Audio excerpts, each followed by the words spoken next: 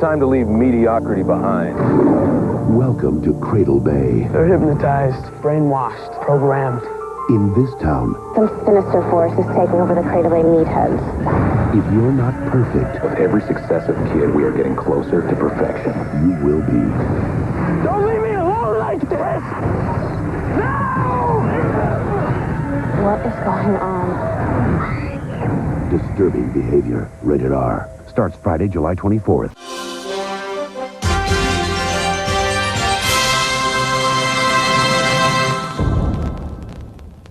Hello, fellow followers. Welcome back to FanZcene. Greg here, and today I have for you my Blu-ray and movie review of the 1998 horror thriller movie Disturbing Behavior. This is the MVD Rewind collection, which I absolutely love. It invokes the feel of the video store at VHS, and you know I'm all about that. I love the Be Kind Rewind sticker here, the Rated R sticker. Well, they're not stickers, but it's designed to look like the sticker. The letterbox widescreen sticker here. Here's the front of this. This is with the slipcase on. Here is the back. Sorry for that little bit of glare there. Here's the back of it, and I just love it. And we're going to open it up here real quick, and we'll go through it real quick before we get into it. Yes, this movie came out a while back, months back, but I finally got a chance to get it, and I was really super excited to finally get this on Blu-ray after the Scream Factory Blu-ray went OOP real quick, and it was going for lots of money, so I'm glad I picked this up. But there you go, and I'm going to show you guys here without the glare. Look at the DVD, the Blu-ray. I'm sorry, the Blu-ray. I almost called it a DVD. It looks like a VHS. It's got the VHS like grooves and everything on it. I hope you guys can see that, make it out the way it is. But that's Disturbing Behavior thing. And it's also, if I take it out here, there's reversible art, and it does come with the poster. So I'll take the poster out and show you guys real quick. All right, so let's get this poster out. I love the little MVD posters they give you, so that's pretty cool. So yeah, here it is. It's basically the cover art there. It's a nice little poster. I dig it. I dig it. But there you go. There you have it. So let's put it back in, and let's talk a little bit about this movie. Okay, so as far as I can tell, all the special features that are on this are the same as the Scream Factory release, as far as I can tell, but it's a high definition, 1080p. It's better than the DVD. I never had, like I said, I never had the Scream Factory Blu-ray. I had the DVD. This is miles ahead of the DVD, and it's, considering it was an MGM movie, it looks great. And when it gets dark, it gets a little grainier in spots than maybe some people like, but I like that grain, and I think it works for this type of movie, especially with what this vibe of this movie is going through. And it's, you know, it was shot in Canada, so I think the picture quality looks great. The sound is great. 5.1 surround sound, 2.1 stereo audio. Perfect. It's good. It's nothing to write home about. It's no, you know, huge sounding stuff, but it sounds good. I like the sound. The special features are audio commentary by director David Nutter, and it has 11 deleted scenes, including an alternate ending, which is part of the 11 deleted scenes, all with commentary by the director David Nutter as well too. And if I didn't say so, it stars Katie Holmes, who is smoking hot in this, and it stars James Marsden and Nick Stoll, with Bruce Greenwood giving a great villainous performance as an evil, slimy scientist, and also William Sadler doing his great character acting role in this. Great role in this, man. Great cast altogether.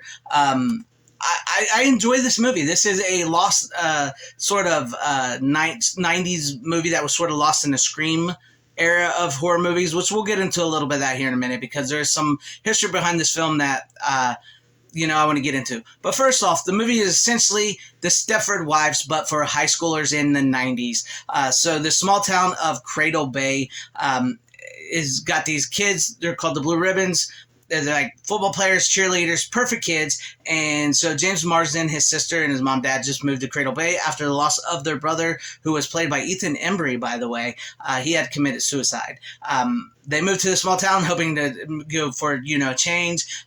Steve is James Marsden, whose name is Steve. He's having a little bit of trouble dealing with everything that's going on, and he's at this new school, and all the kids are weird. And he meets Nick Stoll and, you know, Katie Holmes and their friend UV, who's like he's like an albino kid, is great. They're like these stoner outcast kids, and they tell him about all the cliques in the school and everything. And he comes to find out about the Blue Ribbons. And Nick Stoll's character Gavin has seen one of them kill a girl and a cop and get away with it, and he thinks there's like an evil underbelly going on in this town of what's going on with these kids. And of course there is Bruce Greenwood plays this doctor who is basically taking these kids and turning them into like perfect perfect academic students by putting these chips in his eye and everything, but nobody really knows that other than him. And the thing is with these kids, though, however, when they get a little aroused, when, you know, as teenagers do, they go a little psycho and they start hurting people and in some cases killing people. So you know, it's not quite perfectionism there, and he doesn't know how to deal with that. And then of course Gavin gets turned into one of them, and the movie really feels his loss because he's like this driving force, like this like stoner metal kid, which a lot of us, you know, in the horror people, you know, in community can relate to, or maybe grew up in high school as this outcast and maybe always wanted to be part of the cool kids club and stuff. You really feel his loss when he switches over, and I mean, it's weird because like you want to be part of the cool kid club, but then when it happens, you realize how much cooler you were. And not that those kids, you know, I don't want to say anything against people who like played football or rich and preppy stuff, because they were actually normal kids. Hollywood has often portrayed them as like these bad kids, but you know, we've just all grown up. I've come to see that American high school is uniquely American. But anyways, you feel that loss, and so Steve and Katie Holmes, Rachel, you know, they come together, they defeat the bad guys and everything. I don't want to go too far into the spoilers there. I really think you guys should see this movie. It runs about 84 minutes long. It's a great movie, great little 90s movie, but it suffers, like I mentioned earlier, from the Scream effect of movies. I love Scream, but it did have a little bit of a poor effect on other horror movies in the 90s.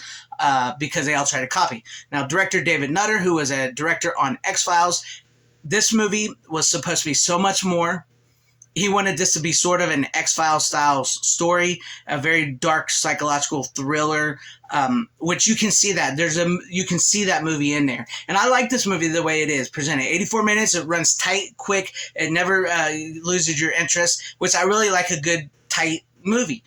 However, the studio took control of this movie and cut out 31 minutes of this film, and I believe most of the deleted scenes are there, but I don't think it's all of them.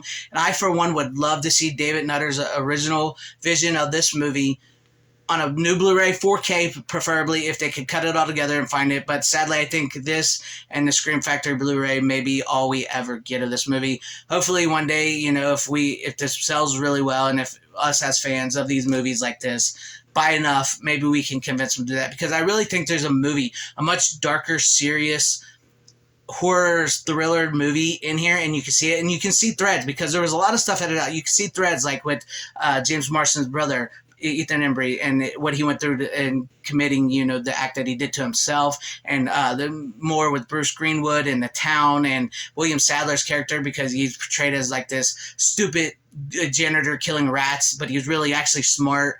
And there's other like deleted scenes explain a lot. And just listening to David Nutter on the deleted scenes, because I was watching them and listening to his commentary, it's a little bit heartbreaking to hear what was cut out and what was taken from him. And the only reason he didn't take his name off this movie was because he didn't want it to affect his cast. He felt like, you know, he was being solidary with his cast because he had such a great cast. They did so much for him, and he didn't think it would be fair to take his name off and you know, saddle him with a movie that maybe doesn't have this, that may have an Alan Smithy type director.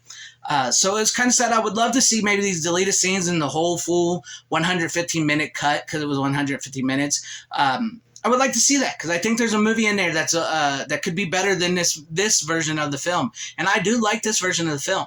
But as far as this Blu-ray goes, if you've missed out on the Scream Factory Blu-ray, pick this one up. I think it's really worth it. I wish there was a little more special features.